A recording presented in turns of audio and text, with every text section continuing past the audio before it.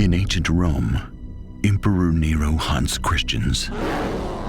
In prison, the Apostle John sees the apocalypse.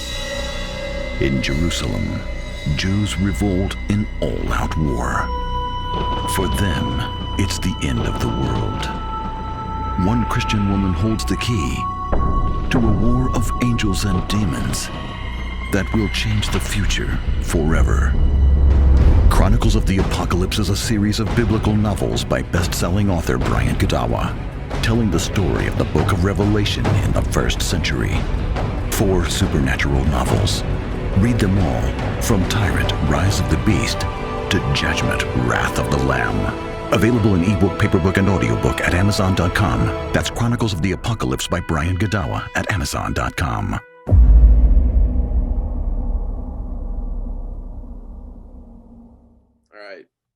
Now that I hit that button, we're live. We're recording. So guys, welcome back to Through the Black, or my newest channel, Jared 2.0. I haven't mentioned Jared 2.0 because it didn't exist before this last week. And so now this video is going to be on one of those channels. So whichever one of those channels you're watching this on, go ahead and hit the subscribe button. At that point in time, I don't know, Brian might even have his own channel with this on there. So if you're watching this on Brian's channel that's yet to be created, well, then welcome to Brian's channel. So anyway, thanks for hanging out with us. We're going into part 6 on our series on Daniel. It was just a couple preterist guys who are just hanging out, talking about prophecy and how the entire world seems to be getting it completely wrong. So we're going back to one of the strongest exegetical positions on the book of Daniel, which is rooted in church history. It's a very predominant part of Bible study throughout our Christian heritage. We're looking at it with a preterist, from the preterist perspective. And we've already covered Daniel 2, Daniel 2, 7, 8, 9, 10, and 11. And here we are coming in for chapter 12. We'll finish what we didn't get to 11 last time, move into 12. That's where we're at now. So welcome. Brian, go ahead and tell them who you are and where they can find your stuff online. Yeah, my name is Brian Godawa, and you can find my stuff at godawa.com. That's my name, Godawa.com. And it's a website that has a lot of stuff there. You know, I'm a writer. I write novels, and a lot of this prophecy stuff that we're talking about, I've written books on it, like End Times Bible Prophecy is a biblical study book about it.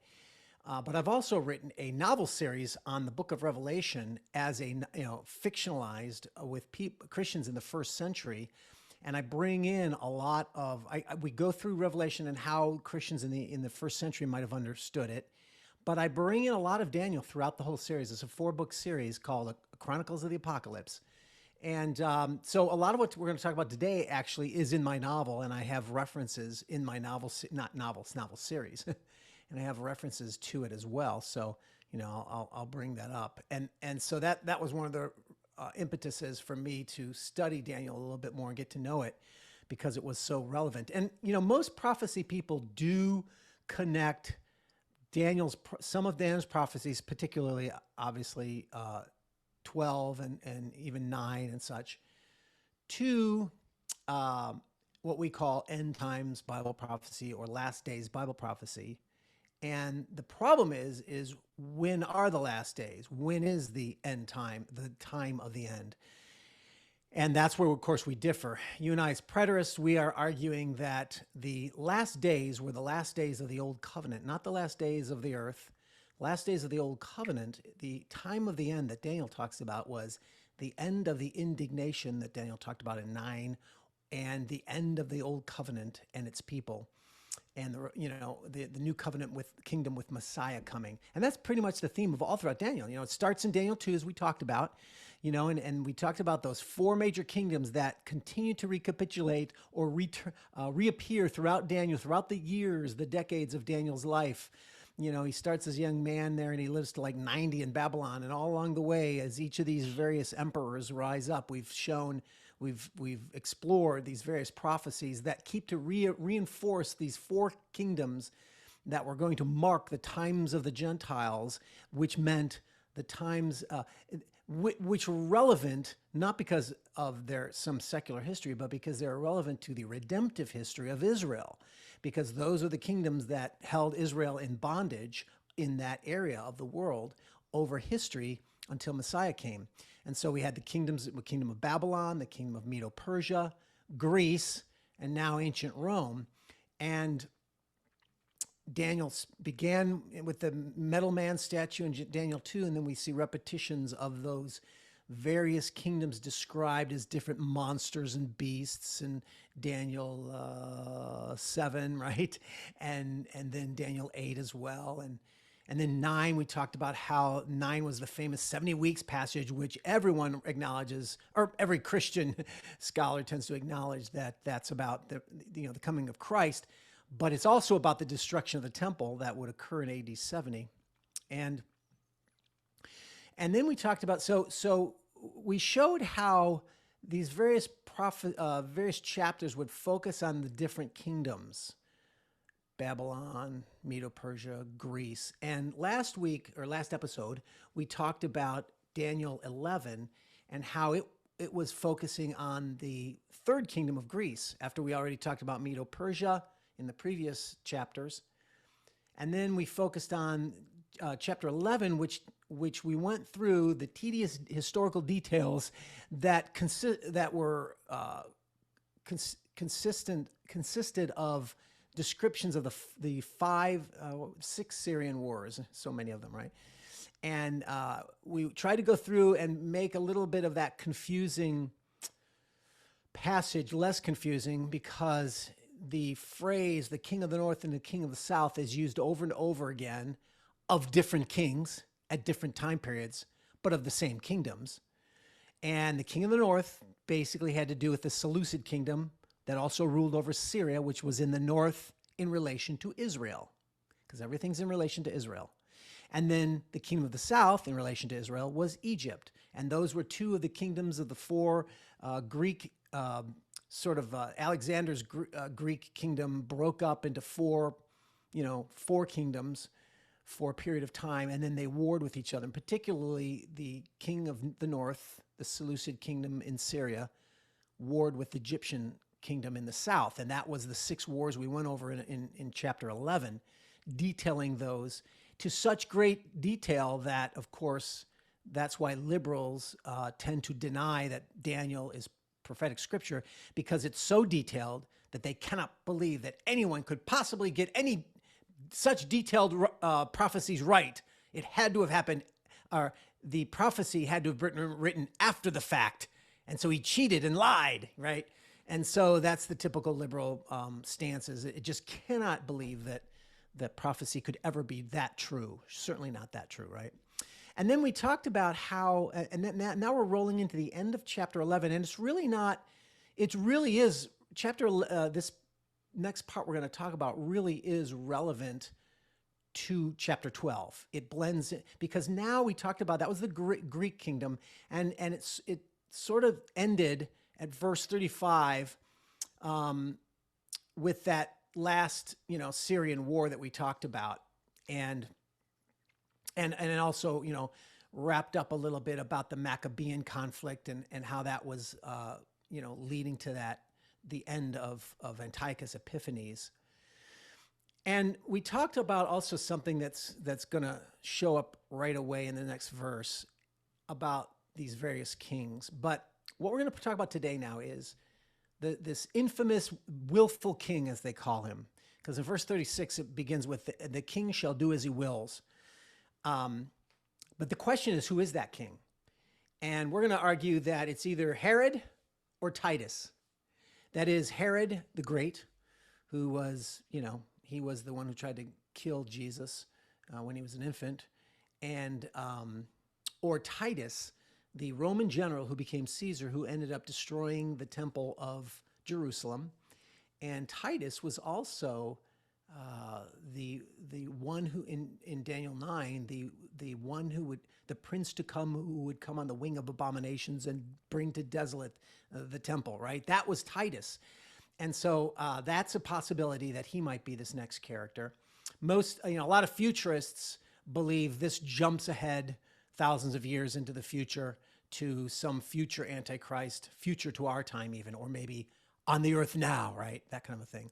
So they don't even catch that at all. But the problem is that this is all connected to the time of the end, which we've been talking about, is the end of the indignation. We'll go over that again in a second.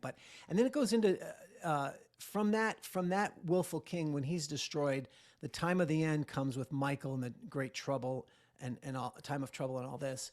And so I'm going to argue that has to do with first century destruction of Jerusalem. And it's a controversial view. Because again, most futurists think this whole passage is about the future. In fact, even some preterists believe that some of this passage is about our future, because it talks about a resurrection, and they think that, oh, that's the future resurrection of our bodies. And we're going to see that it isn't. So that's sort of an introduction to what we're going to talk about. So let's get started. At Daniel 11:36, and the king shall do as he wills. So most commentaries and scholars will acknowledge that there's a break here between the previous kings. The way that this next king is talked about doesn't seem to fit Antiochus Epiphanes at all. Not doesn't seem, it doesn't fit Antiochus Epiphanes. You know, liberals or people who want to deny the scriptures say, oh yeah, this was written in the time of Maccabees right after the Syrian wars. So they're just chronicling the Syrian, a fake Daniel is chronicling the Syrian wars because they lived through it. And this person was probably living in the time of Antiochus Epiphanes. And now is the part of the chapter where he tries to actually engage in a real prophecy about Antiochus Epiphanes, right? Because he's thinking, hey, I'm from God. I've got this going, so I can say what's going to happen to Antiochus in the future. But of course, it doesn't match. Everyone acknowledges it doesn't match Antiochus. And so liberals will say, see, so it's a false prophecy and he's all wrong, blah, blah, blah. But the problem is when we can see that this actually does fit the next kingdom, which is the Roman kingdom, we're going to see that it is actually a prophecy future. The next kingdom after the Greek kingdom, of which Antiochus Epiphanes was, the next kingdom is ancient Rome. The Roman Republic ended up taking over and became the empire. And that's the empire that was in place when the Messiah came, right? And this is what's been going on for Daniel all throughout Daniel. Daniel 2, the 4 kingdoms end with Rome, and the Messianic stone hits that Roman kingdom and begins God's kingdom on earth, just like it did in the first century, right? And then, all these kingdoms come. Daniel 7 talks about Jesus' ascension and how he's related to that little horn who was Nero and how he would bring his kingdom in that first century. And then Daniel 9 was about the 70 weeks when Messiah would come, and Titus, the prince who would bring the destruction of the temple. So this is all pointing towards Messiah, always. Not the second coming of Messiah, the first coming of Messiah. That's what the Old Testament talks about. The New Testament may talk about the second coming, but the Old Testament talks about the first coming, which would make sense because he hadn't come yet. And their understanding of Messiah was precisely that he would bring, the final redemption of Israel and unify the earth. They just didn't realize that his unity, his unification, was a heavenly kingdom, not an earthly military one. And that kingdom would grow on the earth and affect it spiritually, not in a physically conquering kingdom, but through conversion. That's been the message all throughout Daniel, and it comes to a point here at the end. And so we come to the king who is willful. Let's read a little bit about him. The king shall do as he wills, verse 36 of Daniel 11. He shall exalt himself and magnify himself above every god, and shall speak astonishing things against the God of gods. He shall prosper till the indignation is accomplished, for what is decreed shall be done. He shall pay no attention to the gods of his fathers, or to the one beloved by women. He shall not pay attention to any other god, for he shall magnify himself above all. He shall honor the God of fortresses instead of these, a God whom his fathers did not know.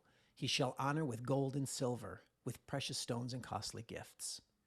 He shall deal with the strongest fortresses with the help of a foreign god. Those who acknowledge him he shall load with honor. He shall make them rulers over many, and shall divide the land for a price.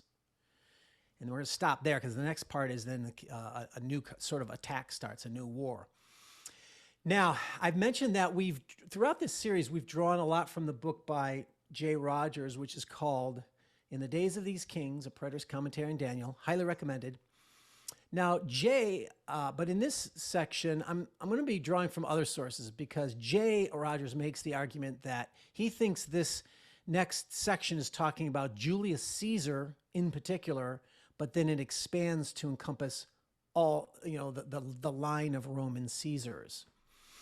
And he does that because the problem is that it keeps talking about this king, but then it talks about actions that occur after Julius Caesar. And so he has to conclude, well, maybe it's talking about a king / line of kings, right? I don't think that fits the language of the text at all. I think this is an individual. And secondly, the very first verse, it says, very second verse, 37, or no, verse 36. This king shall prosper till the indignation is accomplished. And that is the key reason why, one of the key reasons why I don't think it can be Julius Caesar, because Julius Caesar was murdered and assassinated in like 44 BC. That's long before Messiah came. And we've talked about the indignation. The indignation, let me see if I can find where I've got that. Yeah. So just as a refresher, this king is going to prosper till the indignation is accomplished. So he's tied in closely with that, right? And I don't think that can be Caesar, even though obviously Jesus came in the time of Caesar's, yes, but not, but he didn't arrive until after Caesar was long dead. And to go back to indignation, that first came up in Daniel 8:9. Basically, the indignation is the punishment or the wrath of God, the curse of God on Israel for her constant idolatry against Yahweh, right? And so the idea was Messiah would finally come. Remember, Daniel 9 talked about that, and bring an end to that transgression, that sin, by bringing the forgiveness necessary, right? And Daniel 8:19 was where it talked about, I will make known to you the latter end of the indignation. And that was embodied in the exile. Daniel 9:11 was where it says, Daniel was praying, right? And he says, all Israel has transgressed, that's the indignation, has transgressed your law and turned aside, refusing to obey your voice. And the curse and oath, that's the indignation, that are written in the law of Moses, the servant of God, has been poured out on us because we have sinned against him. So that curse is the exile. God said, I would curse you, send you into exile, send a foreign army to capture you and all this. And that's, of course, what they were living through. And that's when he realized that, Jeremiah's 70 years of the indignation is now 70 times 7, right? And that's because it won't happen, or it won't be ended till Messiah comes. And that's Daniel 9:24.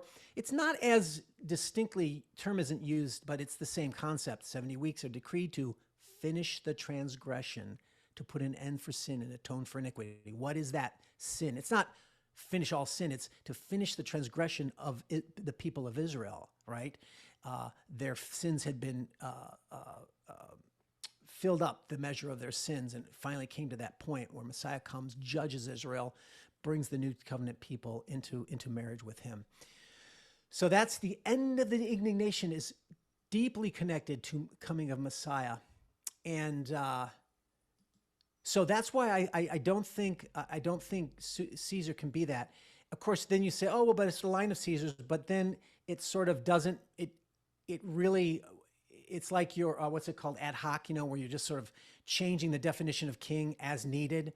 And I think that's weak. I'm not entirely against it. I'm just saying, I think it's weak. Now, there's other two sources that I'm drawing from here, and that is Philip Morrow, who has it's free on the internet. Go look at, it's on my website, on my free research page. You can get the link to it. He wrote a book called, I think it's The 70 Weeks of Daniel. And I've drawn a lot from him. And Philip Morrow is an older writer, but his material is still very relevant for today. I've drawn a lot from him already. He argues that it's Herod, and I tend towards that view. But there's another writer called Duncan McKenzie, and he's written a book called The Antichrist, and let's see, what's it called? Let me see if I can find that book name. I don't have it here.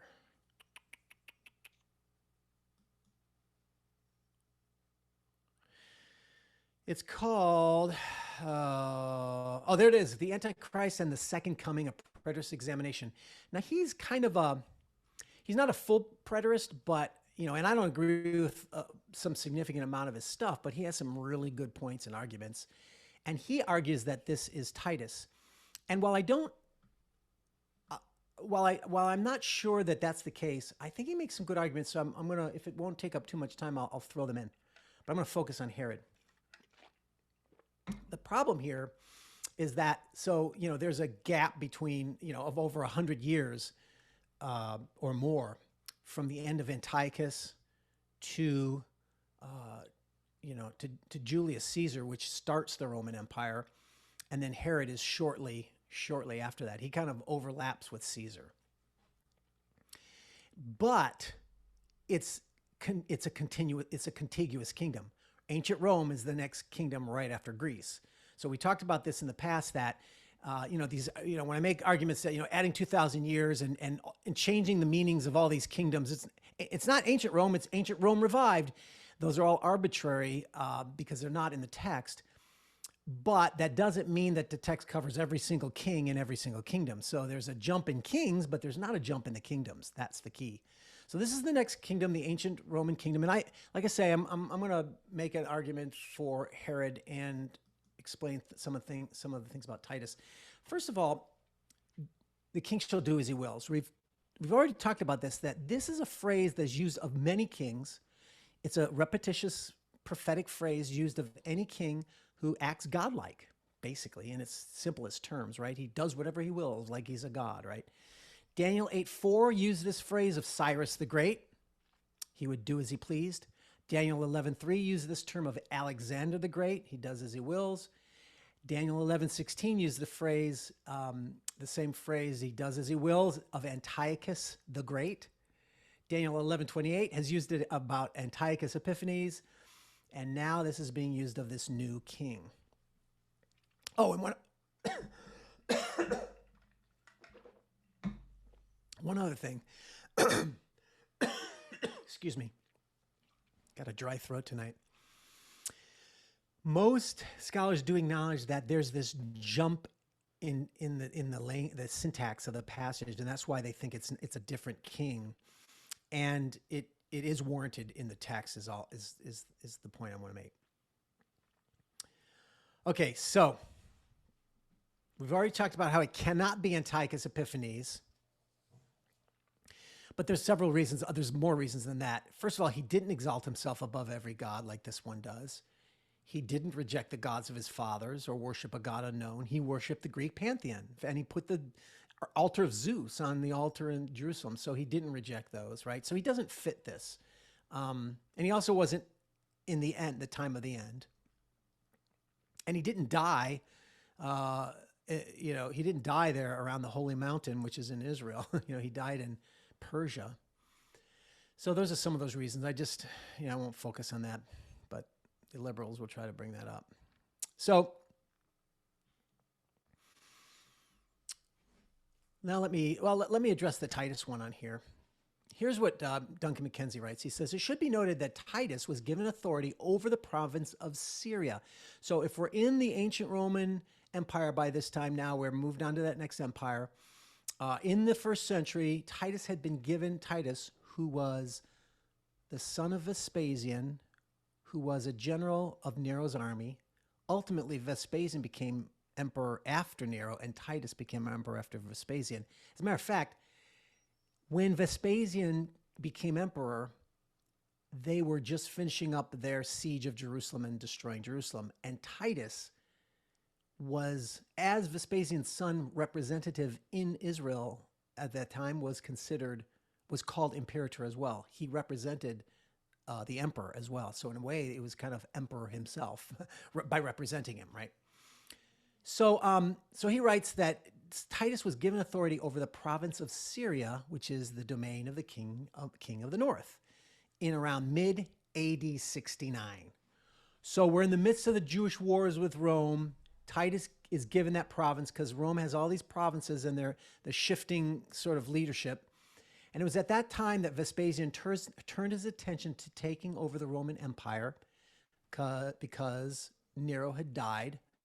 And Mucianus, the previous governor of Syria, led the Flavian troops as they marched on the city of Rome. So there's all this civil war going on.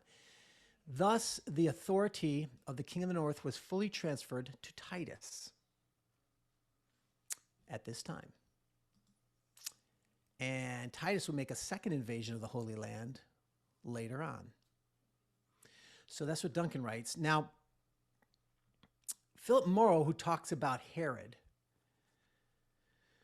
All right, the context of this is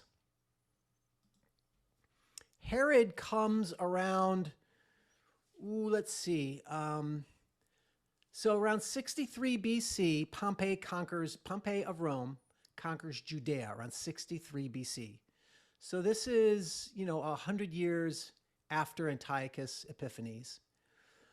But he conquers Judea for Rome, and the Hasmonean Jews, that was their particular dynastic line, they retained their titles, but they became client kings of Rome. And the Hasmoneans, who were the Maccabees who fought back, right? They are the ones that sort of ended up becoming Roman, shall we say, complicit in what's the word I'm looking for? They're in league with Rome, right? So that's the Hasmoneans. And so the third kingdom was just prophesied. Rome is the next kingdom. Herod is an agent of Rome. He is related to the coming Messiah, right? Because he's the one that tried to slaughter the innocents to stop Messiah. So he is a king that would be very relevant to Messiah, is my point. This all helps to support him being this king. Now, he's not like the other kings, right? In that the other kings are literally like God kings or, Greek emperors, right? Or Roman emperors. But he's a client king of Rome, and he's an Edomite ruling over Judea. And the phrase king used by Jews is a reference to any leader of any level. This, it could go from a governor, a governor could be called king all the way up to an emperor. So the notion of king is just leader. It doesn't have to be the ultimate highest leader of all. But as a client king of Rome, he represented Caesar's interests in Judea. And Herod was hated by the Jews greatly because he was he was a rhino. A rhino, yeah.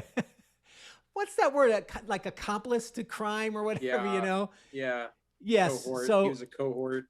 Cohort, yeah, right, with Rome. So he was compromised, but he represented Rome. Now, first verse it says, let's see if there's anything else. Oh, here's what Philip Morrow writes. He goes, "For it was Herod the king who sought to compass the death of Christ soon after his birth, and whose successors of his own family." So the Herods ruled Judea during the whole time of Christ and after, until the destruction of the temple in AD 70. So the Herodian line is important. This is focusing on Herod, but you can see how his family's related, right? So it says, Herod's successors of his family put to death John the Baptist. This was done by Herod Antipas. Put to death James, the brother of John. That was Herod Agrippa I, who also imprisoned Peter, intending to deliver him to the Jews. And finally, the Herods sent Paul in chains to Rome, which was done by Herod Agrippa II. It would be strange indeed if, in an outline which gives prominence to Xerxes, Alexander, the Seleucids, the Ptolemies, Antiochus Epiphanes, and the Maccabees, there were no mention of that remarkable personage who exerted upon Jewish affairs and destinies an influence greater than they all, and who sat upon the throne of Israel when Christ was born. That's a good point. So that's a powerful sort of argument to show why, to show how much more relevant Herod is as this identity of this king. He also writes, this is very interesting, in relation to as he wills, the king will do as he wills. For history records nothing of this nature more notable than Herod's success in rising up from a lowly origin in rank and authority of king, rising up from a lowly origin to the rank and authority of king, in securing for himself despotic power and retaining it through all the political changes of the times, and in the way he used that power for the accomplishment of all his designs, however stupendous in magnitude, as the rebuilding of the temple, or atrocious in character, as condemning to death his own wife and children. For Herod contrived to secure the favor and confidence first of Julius Caesar, then of Mark Antony, and then of Octavius Caesar. So this is why I think all three of these are actually possibilities. Julius in the line, Julius Caesar in the line of Caesars, Herod, and Titus. All three of these men were at least in that time period close enough to the coming of Messiah. Of course, Julius is the most distant, but nonetheless, this is why also I think it could be Titus or Herod, because they both are there at the indignation being accomplished, right? The next verse, it says, he shall prosper till the indignation is accomplished. So when Messiah comes, he's the one who brings the end of the sin and the end of the indignation, right? So Herod was the one who was there when he came, and Titus was there with the end of the historic fulfillment of that indignation, meaning the wrath of God on Israel for rejecting him and rejecting Messiah was accomplished through Christ on the cross and the coming of Messiah, but it was not historically consummated. It was not publicly illustrated until the destruction of the temple in AD 70. So that's when the official indignation is official, or I don't know how to say official. Like, in one sense, it's heavenly accomplished by Christ when he dies on the cross and resurrects and ascends, but then it's historically or publicly accounted for in the destruction of the temple, because the temple is the incarnation of the old covenant. So until that old covenant incarnation is gone, God wants to destroy that and say, my new covenant has arrived, right? So that's why this first century is that strange transition period between covenants, right? The old covenant is dying out, the new covenant is coming in. And that doesn't mean that it wasn't initiated. It was inaugurated in Christ's death and resurrection and consummated in the destruction of the temple in AD 70. So that's why you could be Titus or Herod.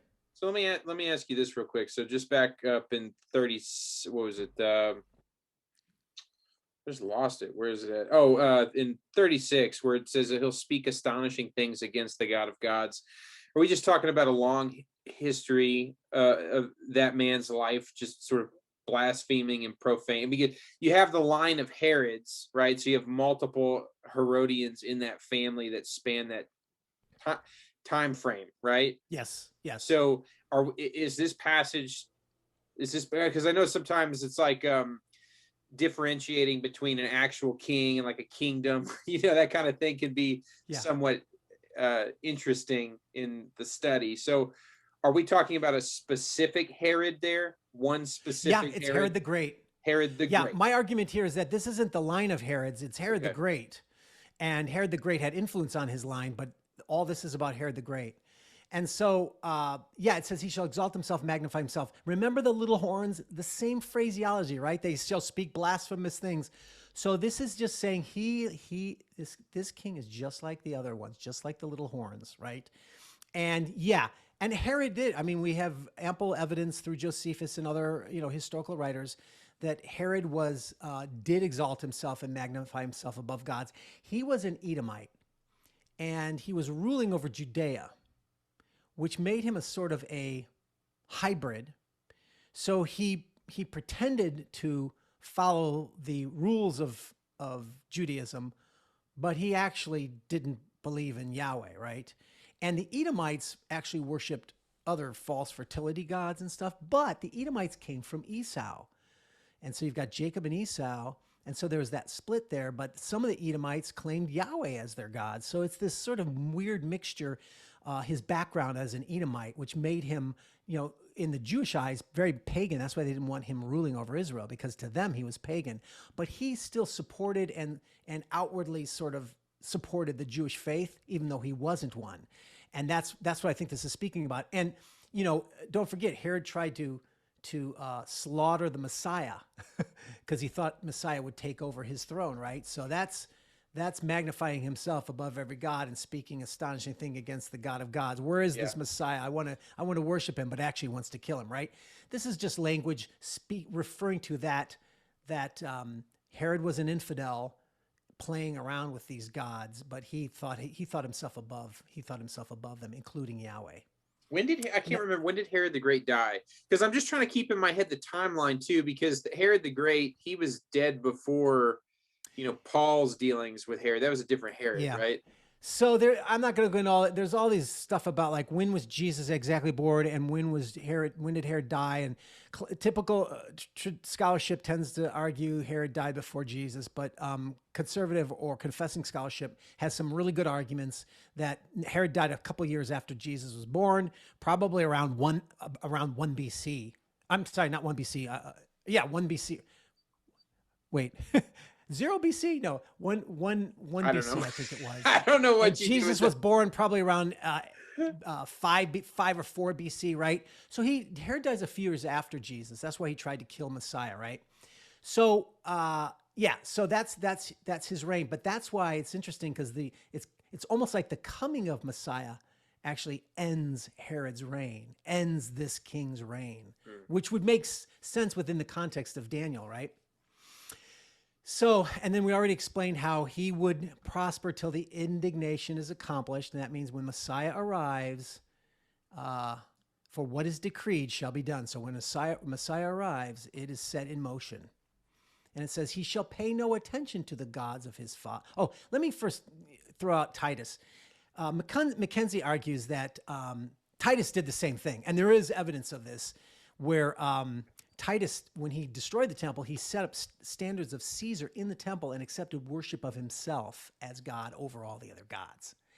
And the standard of Caesar was an idolatrous thing that it was like a banner, but it represented Caesar, and you were to offer sacrifices to it. And he did this in the temple, right?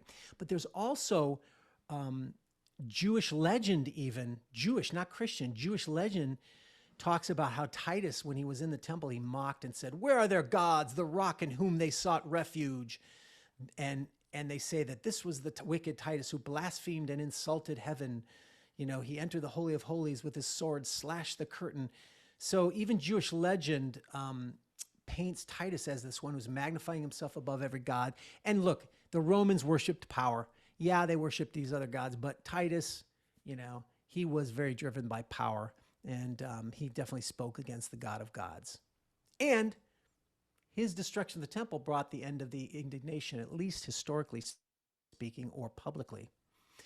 Then it says, verse 37, he shall pay no attention to the gods of his fathers. Oh, and by the way, I'm saying all this because, like I said, in my book series, Chronicles of the Apocalypse, I try to deal with these several theories to show possibilities. So hopefully that will come through. He shall pay attention. My notes are not working again. Hold on. He shall pay attention to the God. Shall not pay attention to the gods of his fathers, or the one beloved by women. Now, I already talked about this. How well, first of all, that's another reason why Antiochus Epiphanes could not fulfill this, because he did follow the gods of his fathers, and he couldn't. Only an Israelite could be offensive against, by falling away from Yahweh. But Herod used the Jewish religion, but was known to be an infidel. So the God of his fathers, that's a reference to Eloah, which is another name for a Jewish God that referred to Yahweh. And I mentioned that the Edomites claimed to be connected to Yahweh, but the Jews rejected them as pagan. And the Edomites did have pagan gods as well that they worshiped. And Herod was an Edomite. And so there's a sense in which he's representing the God of Israel, the God of his fathers, so to speak, Esau, right? Esau had Yahweh as his God, but he doesn't pay attention to them. He's actually an infidel. But then this other key phrase comes in, and it says, wait, let me see here. Yeah, let me read this. This is kind of interesting stuff by Philip Morrow. Further explaining what I just said. He writes, Herod, though supposedly of Idumean or Edomite origin, was virtually a Jew, for all the remaining Idumeans who had come into Judea several centuries previous had been amalgamated with the Jews. In addressing the people, Herod habitually used the expression, our fathers. And that's, of course, in Josephus, the Book of Antiquities. So fully was Herod regarded as a Jew by some that the Herodians even held him to be the Messiah. Therefore, in introducing the worship of Caesar, Herod conspicuously failed to regard the God of his fathers. Yes, I remember this was another thing I forgot to mention. So Herod had actually put a eagle emblem, a Roman emblem, on the wall of the temple precinct, and it caused riots. He had to take it down, but that was idolatrous, right? And that was representative of Rome. And so that's what they're talking about here, where he actually tried to introduce the worship of Caesar into the temple, but he was rejected. And in that sense, he conspicuously failed to regard the God of his fathers. Moreover, in this connection, it should not be forgotten that Esau was Jacob's twin brother, and hence that the God of the fathers of the Edomites was the same God of the fathers of the Jews. So there's that. What else did I have about? I think there was something else more detail in that. Oh, that's okay.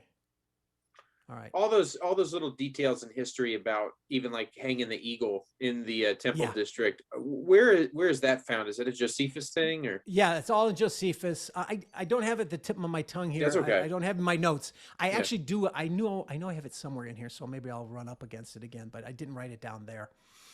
But yeah, Josephus writes all about that. If you could get there's a great book out by, the last name is Mayer.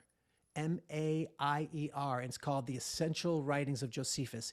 He boils down Josephus, takes out the boring stuff, and rewrites it in common English. It's Josephus abridged. Yeah, it is, and I recommend that book to read that, because that tells the story really well, and you get a lot of the details. And he's not rewriting it, paraphrasing. He's chopping it down to make it quicker and more readable. Okay, so then the next thing where it says he pays no attention to the gods of his fathers. Okay, that makes sense. Or to the one beloved by women. What is that? Or the another translation calls it the desire of women. Now, Morrow makes this very interesting point that he says, first of all, there's a phrase that refers to Messiah called the desire of nations in Haggai 2:7. I will shake the nations, and all the nations shall come in. That's the end times. That's the last days. That's the coming of Messiah in the first century. And it says, I will fill this house with glory. Hold on.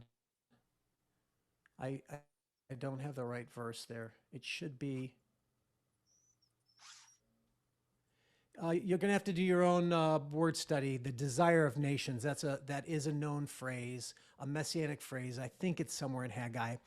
But this is the desire of women. Well, isn't that different? Well, yeah, it's different, but think about it. Because of Daniel, the Jews were looking for Messiah. They didn't think Messiah was going to be God incarnate, born to some did recognize the virgin, right, in Isaiah, but their main understanding was the focus on him being the deliverer of Israel. And so most of the women were wanting and praying that they would be the one to birth the Messiah, right? So it was Haggai 2:7. Oh, it is Haggai 2:7. Mm-hmm. And I will shake all nations, and the desire of all nations shall come, and I will fill his house. There it is. Okay, it was correct. My translation says the treasures of all nations, which I don't think is a good translation, but that's why I missed that one. So thanks for that catch. You're welcome. But also the seed of the woman. Genesis 3:15, the very first messianic promise says the seed of the serpent will be at war, at enmity with the seed of the woman, and everyone acknowledges that's Messiah. Seed of the woman's desire of nations, the desire of women. Every Jewish woman wanted to birth the Messiah. So I think that's what it's about. And of course, he was the one that tried to kill Messiah, right? He was the one that was there. The slaughter of the innocents, that's in Matthew 2:16 through 18. Complete disregard for that as he's killing the women whose offspring might be Messiah. So that makes that connection very strong. The argument for Titus is he, Mackenzie makes this, it's not as strong to me, but it's kind of interesting. Titus was destroying the temple, and he was, going throughout Israel, destroying all these various cities. Well, Berenice Agrippa, the sister of Herod Agrippa at the time, she went out to try to persuade him not to kill so many Jews, and she fell in love with Titus, and they had a romantic affair. So it's interesting because, and she actually made good arguments to not destroy the city of Jerusalem, but he didn't listen to them. And so Mackenzie says that's where he's not listening. The one beloved by women. That's sort of a poetic reference to the fact that that's Berenice who tried to protect Jerusalem, and he fell in love with her, and he almost married her and brought her to Rome, but he decided against it. So he met and fell in love with the Jewish queen Berenice, became his mistress, and but he ultimately didn't listen to her, and he did destroy the temple. I don't know. It's not strong to me, but. And then it says, he shall not pay attention to any other God, for he shall magnify himself above all. This sort of supports what we already spoke about in the previous verses, the same line of thinking. We already covered it. Verse 38, he shall honor the God of fortresses instead of these. A God whom his fathers did not know, he shall honor with gold and silver, with precious stones and costly gifts. He shall deal with the strongest fortresses with the help of a foreign god. Well, what's that all about? Well, here's what James Jordan writes. He goes, the odd phrase God of fortresses seems to mean that the king does not honor and fear any personal god at all, but rather honors power itself. That's what fortresses represent. A culture that deified raw power, or at least functioned as if raw power were its ultimate deity, is a good description of Rome. It is true of Herod that he gave homage and lavish gifts to whichever Roman power confronted him. Herod had access to great wealth and inherited gained by heavy taxation policies. So, but it's also interesting that Herod built many, he was known actually for building many fortresses throughout Judea. He was paranoid. He wanted to be protected wherever he went. He's the one that built Masada, right? That they, the Jews ended up going after the destruction of Jerusalem. So he honored the God of fortresses. That could be a way, or the God of strongholds. So James Jordan also says God of strongholds seems to allude to Herod's program of building various public works, including the fortress of Antonia, which was right next to the temple. He built a fortress for Rome to watch over the temple, and that was blasphemous to the Jews. The fortresses at Masada, Machaerus, the Herodian near Jerusalem, and other fortresses. So he's known for that, right?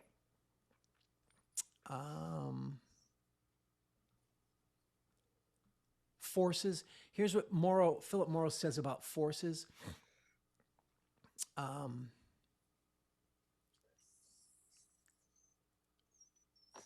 That's already said that. So Mackenzie talks about Titus. Titus made himself a god, but he's characterized by fortresses or strongholds. In other words, he's the personification of war, the Roman god of war. And the fulfillment of the willful king honoring war as his god can be seen in the actions of Titus's troops when they can't capture the temple. Josephus tells of how, as the temple was burning, the Romans brought their military standards into the temple courtyard and offered sacrifices to them. Okay, so verse 38, he shall honor the God of fortresses instead of these, a God whom his fathers did not know. Verse 39, he shall deal with the strongest fortresses with the help of a foreign god. Now, what is that? Now, Morrow says, here we have a reference to one of the most prominent acts of Herod's long reign, namely his rebuilding of the temple in Jerusalem and his making the temple area a stronghold for Caesar. He made the temple the most famous building in the world for its dimensions, its magnificence, and particularly for the size of the stones whereof it was built, to which the disciples specially directed the Lord's attention in Mark 13. So, and then he says, in connection with the prediction of what this king would do in the chief strongholds with a strange god, the mention should be made of the many images. Oh, here's where I was talking about earlier. The many images, statues of Caesar, which Herod set up to be worshipped in various fortified places. He even went so far in his sacrilege as to place a huge golden eagle, the adored emblem of imperial Rome, at the very gate of the temple, thus giving rise to a tumult and insurrection among the people. In this way, he honored the god of fortresses, which Rome, and of course that could apply to Titus as well. Any Roman, any Roman ruler that could really apply to, right? But it's interesting because Titus has an incident where I bring this in my novel series. There's a story told about in the middle of the siege of Israel, of the land, Vespasian, in the winter of AD 69, he takes a break and goes to Egypt and leaves Titus there. And it says that he had a vision of the god Serapis of Egypt. And Serapis was a hybrid god that was sort of like a hybrid of Hercules and one of their Egyptian gods. And so it literally represented the melding of the Greco-Roman with the Egyptian world, that god Serapis, right? And he claimed to have had a vision of Serapis. And here's what Mackenzie says. Serapis made himself known to the Flavians during the pivotal time when they were in Alexandria securing the precious things of Egypt. So while they take a break from conquering Israel because they got to get riches and grain from Egypt because Rome needed it.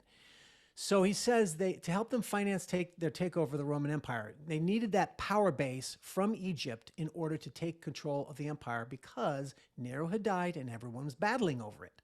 So that's what was going on at the time. And it says this was in the late winter of AD 69 to 70, around the time that Vespasian was proclaimed emperor and Titus was getting ready to reinvade the Holy Land. So they'd taken a break invading the Holy Land and they were about ready to go back into it, right?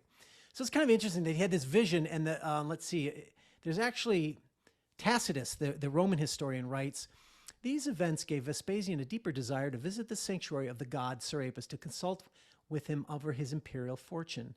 He ordered all to be excluded from the temple, entered the temple, and one of the leading men named Basilides, who he knew was detained by sickness in a place many days, he asked the priests whether Basilides had entered the temple on that day. He had seen Basilides, and he didn't. He questioned passersby whether he'd been seen in the city. Finally, he sent some cavalry and found that at that moment he had been 80 miles away.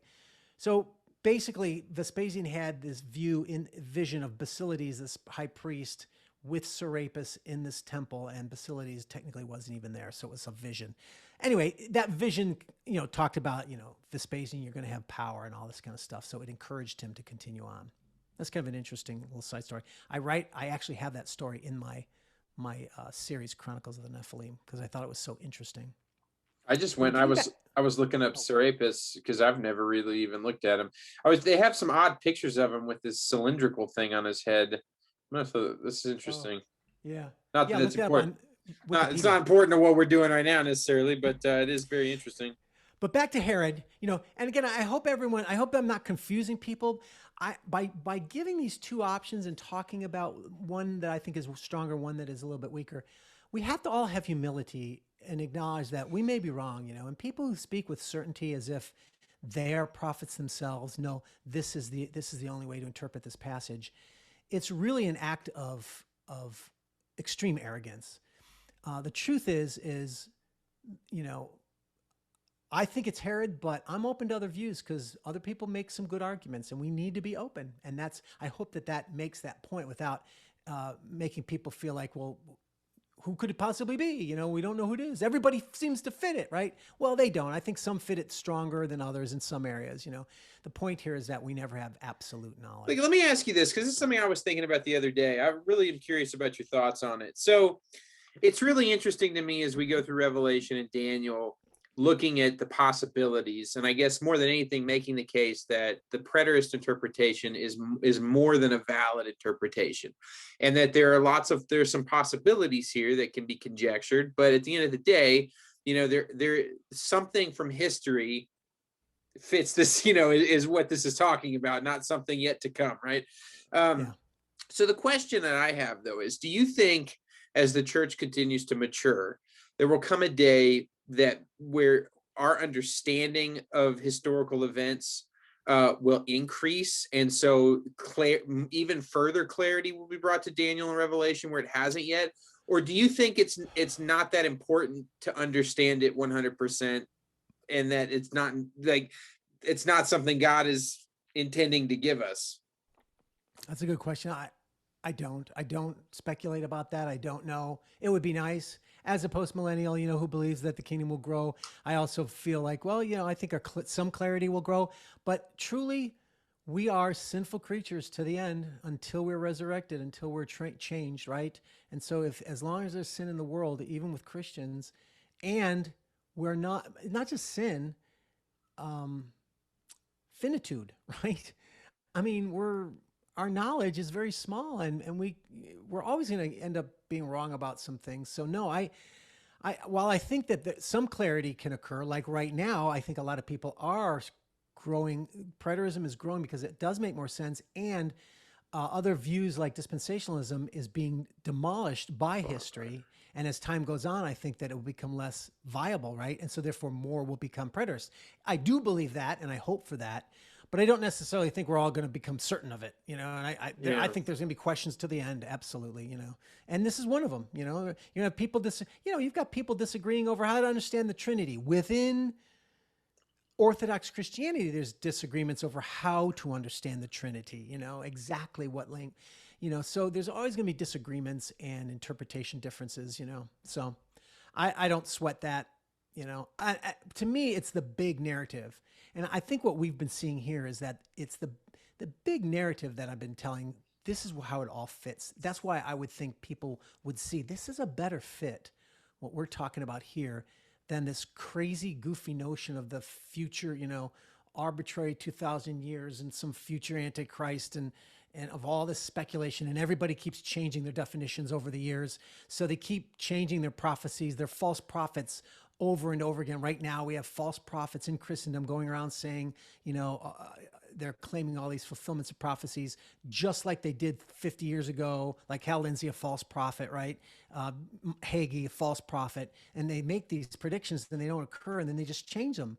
And people don't care, And so, yeah, that's a well, that's and a it's equally, it would be a illogical, it would be illogical for people to conclude that since we lack 100% clarity from the historical record about how exactly these things were fulfilled, that therefore would be the flaw. I believe it is in a future context. That would be that's a huge mistake. And I feel like because studying history is hard, right? Especially for the average person that likes to be entertained rather than working in biblical studies, it's very easy to just assume it hasn't come to fruition yet and we'll know it one day, so. Yes. And remember, my continuous phrase is always beware that when the person says, well, that obviously hasn't happened yet, always beware of the person that says that phrase, because they are ignorant of their own prejudices, that they are assuming their own way of interpreting of a language of prophecy that is well known to be symbolic, poetic, through and through, as well as historical, all wrapped up together. And so whenever you say it obviously hasn't happened yet, well, how do you know that your interpretation of what that thing means is the actual meaning? That's why whenever I hear that, I just, Yes. I'm like, okay, this person doesn't realize their own prejudice, their own biases. I have biases, and I want to acknowledge that as well. So, and that's another reason why I want to sort of communicate that I'm open to other viewpoints, Along the lines of the question I asked you right before we get back to it, I guess I do kind of hope, and I would say this, I don't think it's necessary, but I'm kind of the opinion now that we're in the infancy of the church, that there are yet to be things, there are things yet to have been discovered. I like to think that as the church matures, there's one day where at the pinnacle of what Christ is building prior to his return, there will be the most understanding at that point. I would think, and that along the way, somehow there are things understood and studied or found that would give even greater clarity than we have now. That's my hope, but it's not necessary. So yeah, I hear you. So getting back to Herod then, he did not pay attention to the gods of his fathers, did not care about the desire of women, the Messiah, magnifies himself, God of fortresses. And then it says he shall divide the land for a price. Well, Herod in Josephus' Antiquities, book 15, it says, he writes, "And when Herod went about building the wall of Samaria, he contrived to bring thither many of those that had been assisting to him in his wars." This is Herod, "and many of the people in that neighborhood also, whom he made fellow citizens with the rest. He contrived that it might at once be for his own security and a monument of his magnificence. Moreover, he parted the adjoining country, which was parted, right? He parted the adjoining country, which was excellent and kind, among the inhabitants of Samaria, that they might be in a happy condition." So Herod divided the land for favors, basically. That was going on. So Herod did that as well. But so did Titus, because after the destruction of Jerusalem, the Jews were vanquished. Titus rewarded the troops. Here's what Mackenzie writes. "Titus rewarded loyal troops with lands in the area surrounding Emmaus, and soon after that, Vespasian claimed the land of Judea as his own, dividing the Holy Land up for profit." And Josephus records what happened at the time in Wars of the Jews, where he writes, "About the same time it was that Caesar sent a letter to Basius and Liberius Maximus, who was the procurator of Judea, and gave order that all Judea should be exposed to sale." So he kind of does that too. Verse 40, "At the time of the end, the king of the south shall attack him, but the king of the north shall rush up." So now we're getting into, now this starts another warlike battle that's going on. And we go back to the king of the south and king of the north again, and we're going to have to find out who they are and who they represent. And this is where it also can get a little confusing at times. So we've talked about the time of the end here. The context is the end of the indignation, which is, and we're going to see in Daniel 12, if we actually do get to it today, maybe we won't. But it means in the context, the end of the indignation and the end of the old covenant people. So interestingly, let's see here. So Mackenzie, let's see how I can talk about this one. All right, let me read this passage. It's sort of a bigger chunk than one sentence at a time. "At the end, the king of the south shall attack him, but the king of the north shall rush upon him like a whirlwind, with chariots and horsemen and with many ships. And he shall come into countries and shall overflow and pass through. He shall come into the glorious land," that's Israel, "and shall flow, and tens of thousands shall fall. But these shall be delivered out of his hand, Edom and Moab and the main part of the Ammonites. He shall stretch out his hand against the countries, and the land of Egypt shall not escape. He shall become ruler of the treasures of gold and silver and all the precious things of Egypt, and the Libyans and the Cushites shall follow in his train." And then we're going to finish up the last part after that. So who is this? What's going on here? Well, if this is Herod, Philip Morrow makes a point that there's a problem here. It says, so at the time of the end, the king of the south shall attack him, but the king of the north shall rush upon him like a whirlwind. So Morrow is making the argument that this is now three kings. Herod is not the king of the north or the south. Those are different kings. And so this is talking about two different kings that now are in reaction to Herod. But the problem is, at the end of the time, the king of the south shall attack him. What does that mean? Well, the king of the south, remember, that was related to Egypt, and there wasn't any attack of Israel at that time. Well, Morrow talks about the Hebrew words for shall attack, and actually, that is not a necessary translation of those words. This is another one of those many cases that we've seen where it's difficulty translating words. They're not entirely sure, and you can come up with different ways of understanding that. Some do translate it as shall attack him, but some lexicons call or just translate that as join in combat with him, which is pretty much the opposite, right? It was kind of wild, but unfortunately, that's the reality of Bible translation. We don't always know. Morrow says that this can be translated as the king of the south shall push with him. And the argument here is that in the Battle of Actium, 31 BC, here's what he writes. At that time, a king of the south, which was Cleopatra, the last to occupy the throne of Egypt, aided by Mark Antony, the king of the south made a push with Herod. So Cleopatra united with Herod in around 31 BC. This is a little bit further back now. who was in league, Herod was in league with them against Syria, which had meanwhile become a Roman province. So even in that time period when things hadn't been solidified yet, that matches what went on in Herod's life. And this was the beginning of the Great Actian War. And that's what he argues this is in reference to. In regard also to the outcome, to the peculiar arms, chariots and horsemen and many ships, that's what the king of the north rushes upon him, right? By means of which the victories of Augustus were achieved. So in other words, Herod joined in with Cleopatra, fought in the Actian Wars against Augustus, but Augustus won, right? And Herod then pulled out, and so that he wasn't, he wouldn't be punished by it, right? So he was sort of secretly in unity with them. Yeah. I'm not going to go into Titus because it's just way too many more details now. But check out that book by Mackenzie. There's some good arguments about Titus as well. So this is what he's describing. But the king of the north shall rush upon them like a whirlwind. So Plutarch records that the Senate of Rome declared war with Cleopatra alone, ignoring Antony, so that it was strictly between a king of the north and a king of the south. This brought the great naval fight of Actium, which ended in a complete victory for Augustus. And thus did a king of the north come upon a king of the south with the effect of a whirlwind, many ships. Okay, so that's the Battle of Actium, and it comes down with many ships. And it says, and he shall come into countries and shall overflow and pass through. What is that?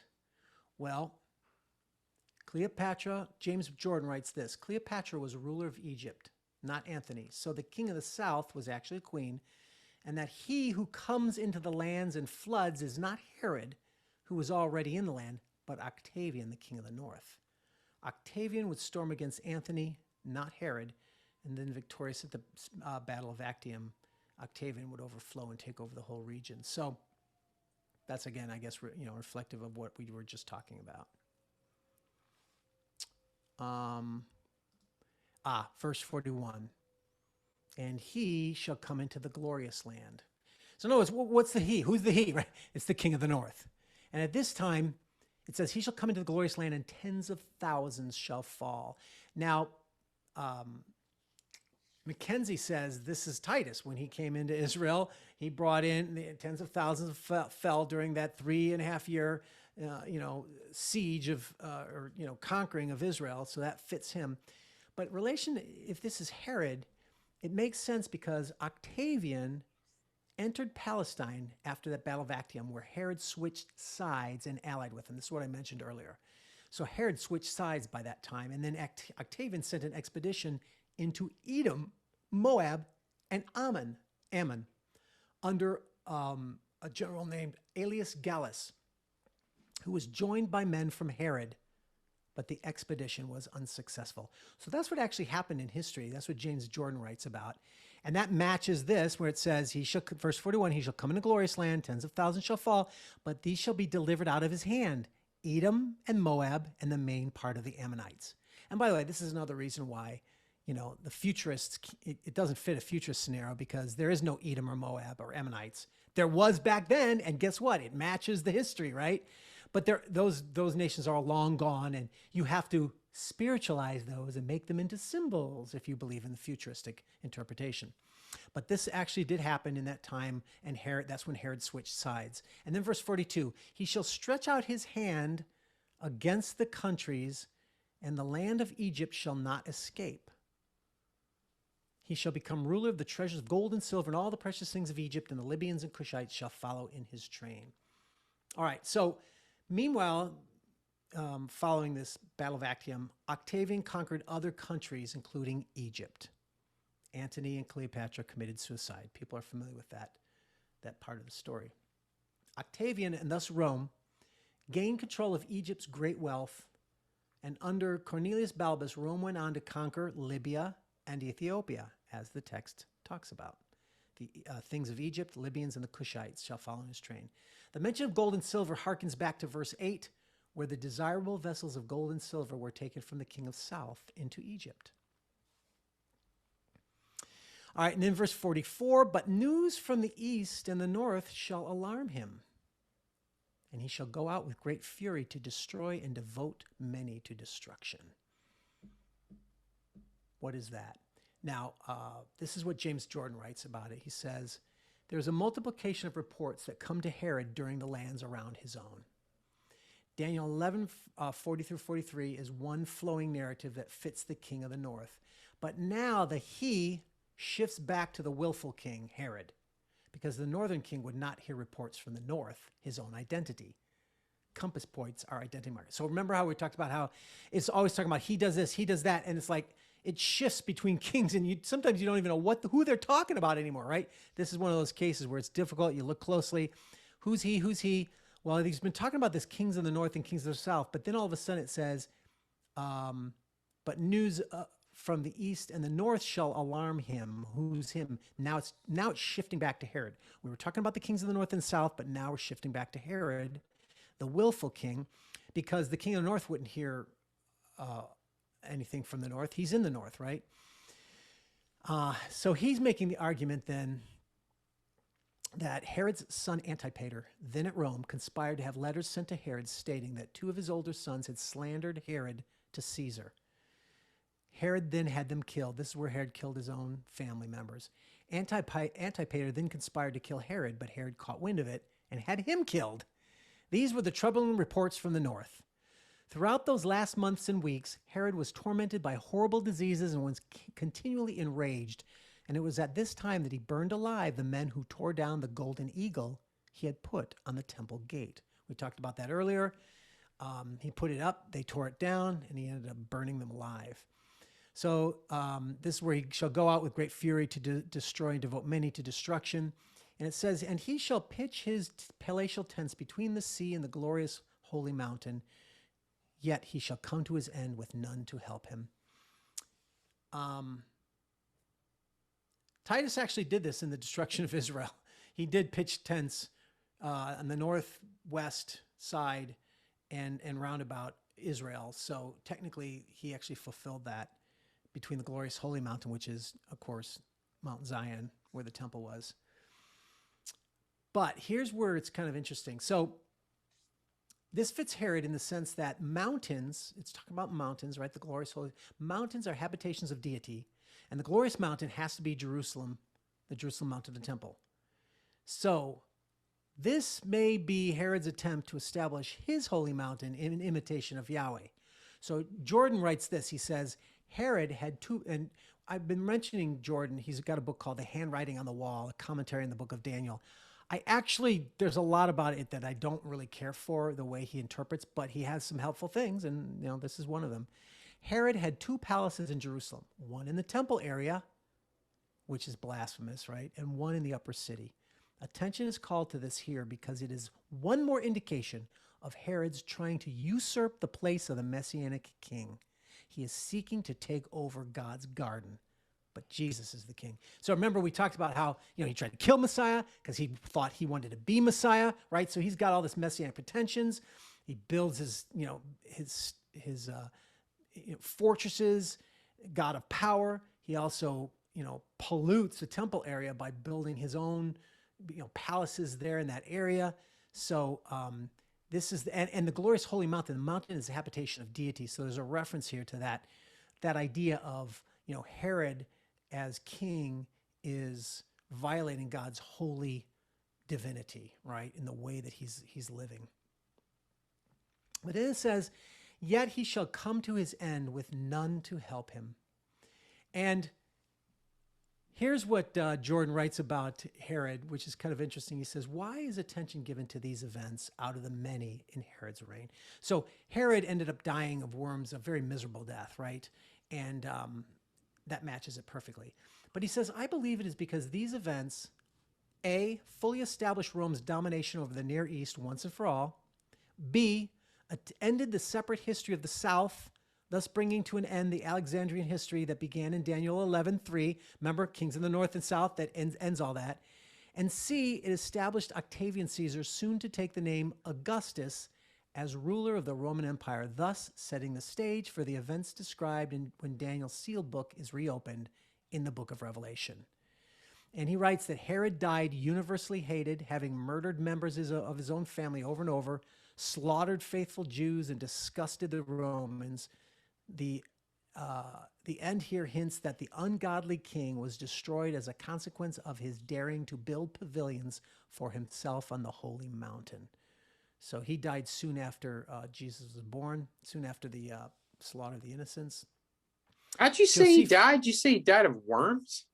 Yeah, here's what Josephus writes in Antiquity 17. His entrails, Herod's entrails, were exulcerated, and the chief violence of his pain lay on his colon. An aqueous and transparent liquor also had settled itself about his feet, and a like matter afflicted him at the bottom of his belly. Nay, further, his privy member was putrefied. You know what that means, don't you? Yeah. And produced worms. And he sat upright and had a difficulty breathing, which was very loathsome on account of the stench of his breath and the quickness of its returns. He had also convulsions in all parts of his body, which increased his strength to an insufferable degree. It was said by those who pretended to divine and who were endued with wisdom to foretell such things, that God inflicted this punishment on the king on account of his great impiety. What is that? Is there anything in the modern textbook that describes that? You said worms. They think it was, I mean, he produced worms, but it's like the dude was dying of gangrene on the entire lower half of his body. I know. It's just weird. You know, I think it's a fitting end for so great of a monstrous king. You know, think about this. This was the last king to try, well, it wasn't the last king, I guess, to try to stop Jesus, but he certainly was the penultimate in terms of, he was trying to be Messiah and trying to kill Messiah before Messiah could grow up, right? So that's the most ultimate monster that you can imagine, you know? So it's quite a fitting end for him. An end specially prepared by God himself. Yes, that's...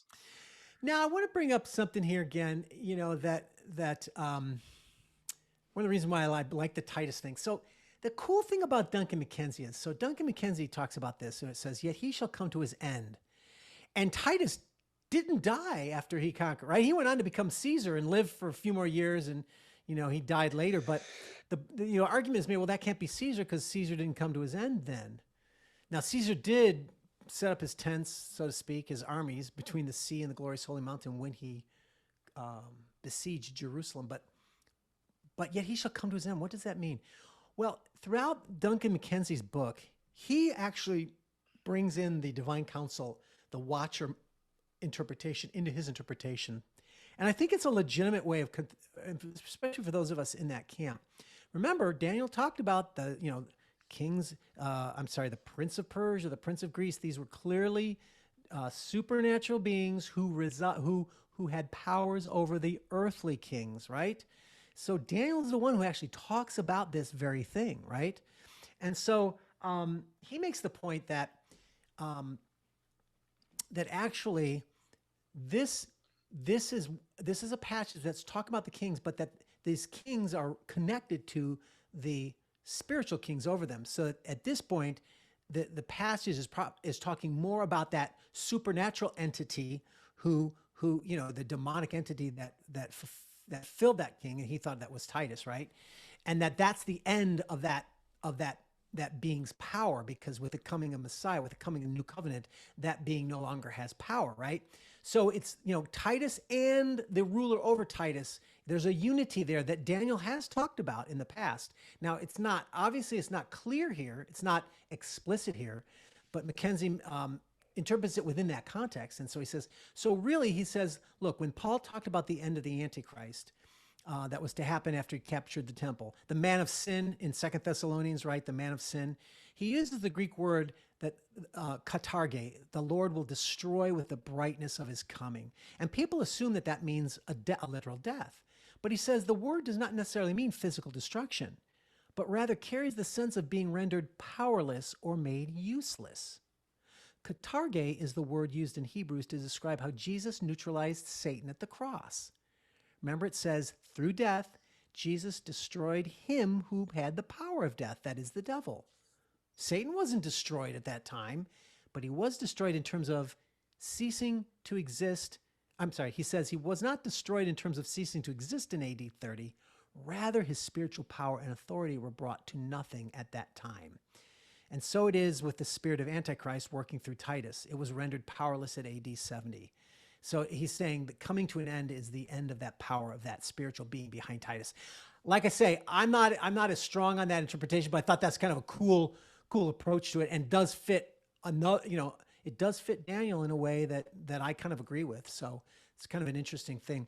Now, I used the term Antichrist there, and I wanted to bring up the fact that a lot of people, in all camps, there are people who make the argument that the Antichrist in the New Testament is the same thing as the beast.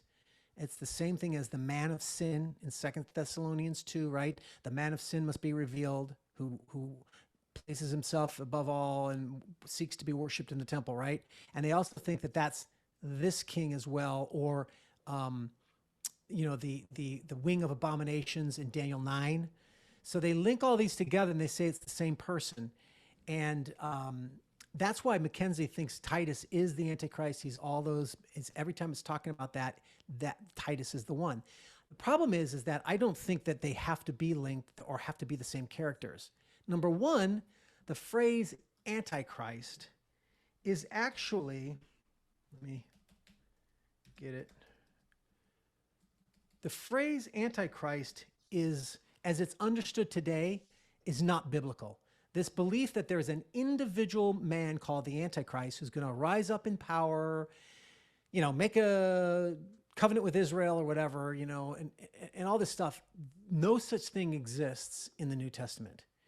It is a twisting of the phraseology that's in 1 John. The only place the word occurs, Antichrist, is in 1 John. But if you go to 1 John, John himself defines exactly what the Antichrist is, and it's not an individual man who rises up to become some world power.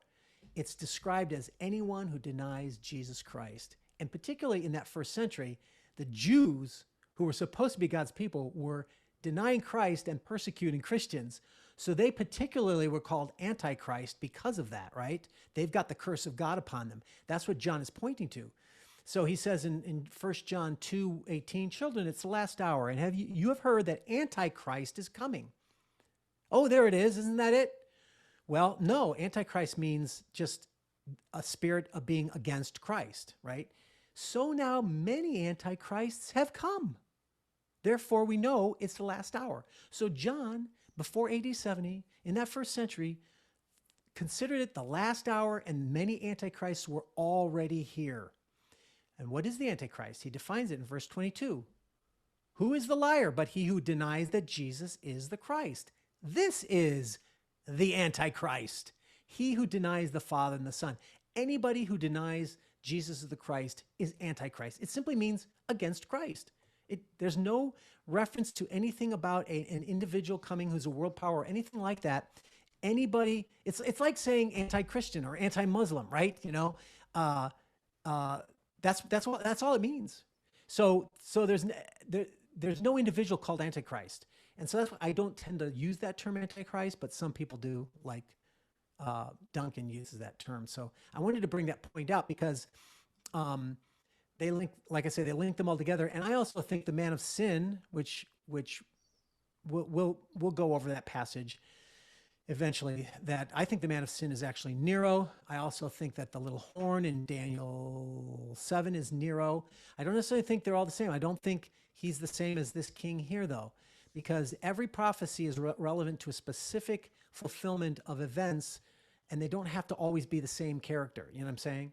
So, as we've seen all throughout Daniel, common similar terminology is used of different kings, right? The willful king, do as he wills, abomination of desolation. A lot of phraseology is used of anybody who's against God and who acts like they're a god, and kings and such, they're all described in the same blasphemous anti-Yahweh terms, if I could use that, right?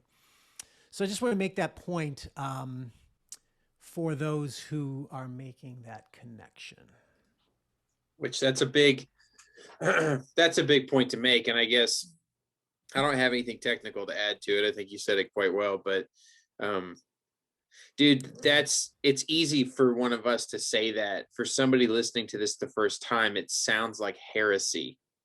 The idea that, yeah, I go back to it's all in a weird way, and this might be a stupid analogy to people who know the history of Reformed theology, but like when Luther was on the stand, the Catholic Church is like, you're telling me the church has been wrong for 1,000 years? Luther says, lest I be convinced by sacred scripture. That's the argument. And today, when you have this argument, it's like random people that are just kind of into the prophecy culture a little bit. You mean everybody's just been wrong this long? It's like, lest I be convinced by sacred scripture. It's like, yes, you are wrong. Don't look at me just because it sounds weird and think it's heresy. You prove it from scripture, and you can't. You'll find that when you dig into this, you're going to have more problems than you ever dreamed. Now, that's not to say that there aren't connections. That's not to say, there are some, like we've made the argument that Matthew 24 or Revelation is actually an extrapolated version of Matthew 24. So there are similarities, there are connections. I'm just saying you have to exegete scripture and prioritize scripture. And the Antichrist is a perfect case of the common notions that are simply not biblical. This isn't just a matter of saying, well, I'm interpreting it differently. No, the text itself tells you what is the Antichrist, and it's not an individual. It's anybody who is against Jesus Christ, right? So we've got to stay biblical. We've got to stay focused on the scriptures. And that's the one advantage I think the preterists have, in that, since we are trying to prove that these have already occurred, these end times prophecies, last days or whatever, we have to show where that has occurred in history, but also scripturally. But, we do have, my argument is that we do have the advantage of scripture on our side, because all futurists are just speculating in the future. Well, that's obviously hasn't happened yet. Wink, wink, right? And therefore it's a Russian leader, a Muslim leader, they just start speculating, right? But at least we are referring to actual specific fulfillments that we are arguing. Sure, we may be wrong, but and that's the case where preterists, preterism is something that, if you can prove it wrong, you can prove it wrong from the text. But futurism that interprets these prophecies in the future, they're conspiracy theories. They're literally conspiracy theories, because as soon as you can't prove them wrong, and as soon as history proves them wrong, they change. Right? Like they change them. Now it takes time, like 10 or 15 years before it's not, it's not Russia, now it's China. Oh, now it's Islam. Now it's, they keep making those changes, and it takes years, but they just keep changing as the facts or as history changes. They change their interpretations. And so there's a superiority in a system that can be disproven. Okay, disprove me that I'm showing you this is where it's fulfilled. Disprove me historically, at least try. But when you're speculating, it's just conspiracy theories. So that's where I feel like the futurism is so much akin to the spirit of this age, where you're thinking, you've got their views of the end times of this end time scenario. It's like a Marvel movie. It's like their minds they're living in a Marvel universe, not a biblical one, And sure, it's cool and sci-fi and all this stuff to imagine all these, wild things like an Antichrist rising up. What was he called? And showing all these demons and stuff like this. But the truth is that it's just speculation. It's just fantasy and speculation, and it's conspiracy theorizing. So I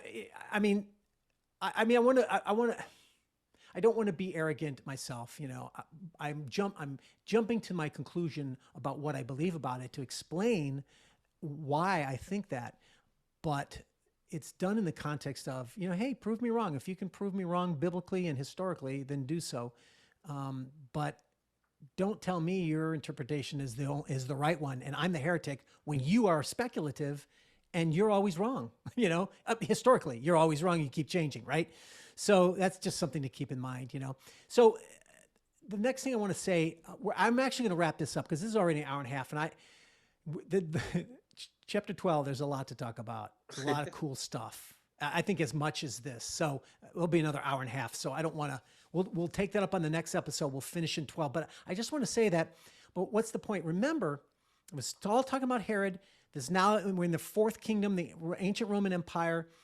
It's either Herod, Titus, or one of those guys, right? I think it's Herod. But it's also Herod is around when, and he comes to an end. And then in verse 1 of 12, it says, at that time, the time of his end, shall arise Michael, the great prince who has charge of your people. Remember how I was just talking about the watcher paradigm that Mackenzie talks about? Well, there it is. The great prince, the prince of Israel, Michael, rises up to protect him. So it's got that supernatural war going on in there. And again, I brought all this into my series, Chronicles of the Apocalypse. But I want to make the point here that, remember, chapter 12 is not a chapter. It's a continuous flow. We've been talking about this king, and it's Herod, and then it's just, there is no verse in the original. There's no chapter in the original. It just says, and at that time, so it's continuing on. So it talks about this king, who I think is Herod, and he comes to his demise. And then what's the next thing on the horizon? Well, the next thing on the horizon we're going to talk about in the next episode is the time of trouble, the great tribulation, the true end, the shattering of the holy people, the abomination that makes desolate, all this climactic information, which is all the book of Revelation talked about this. My Chronicles of the Apocalypse series, spells it out in drama and fiction. And my argument is that it's going to be about the final destruction of the temple in AD 70. It's not a future event in our history from now. It actually occurred in AD 70, and it's the culmination of everything Daniel's been talking about. So we'll talk about that on the next episode. You guys, don't forget Movito Oils. This is a show that sells CBD products. If you look in the comments section down in the description box, there's a link. It's got a bunch of information. It'll save you 20%. I got to buy a bunch of expensive microphones coming up. It's going to cost me like $1,500 so I can do more stuff. So buy CBD from me, support me. That way I can buy more equipment and do more shows. It'd be great. Go to Brian's website, Godawa.com, buy his books. Go to Audible, buy his books, listen to them. They're fun. He talks about the Chronicles of the Apocalypse series. I listened to all 4 of those books while I was at work over the course of like 3 weeks. I really enjoyed them. He's not paying me to say this. I can tell you that having read Josephus, studied preterism a little bit, and then listening to his books, it actually worked out well because I learned a lot through fiction. Thank you. One of the things sorry for interrupting you. One of the things I wanted to say was, because I know that my view is going to be shocking to many Christians who aren't educated as much in the prophetic language of Scripture, I wanted to provide the biblical and historical research behind this fictional story, because I draw a lot from Josephus, a lot from Tacitus, Roman historians everywhere. Even though my book talks about the spiritual world, and I speculate as well in that what does the spiritual world look like and what's going on in the spiritual wars, right? We're not shown what that really looks like. We're given a glimpse through Revelation, but we're not really shown it. So, I will acknowledge that even I engage in a little bit of speculation there.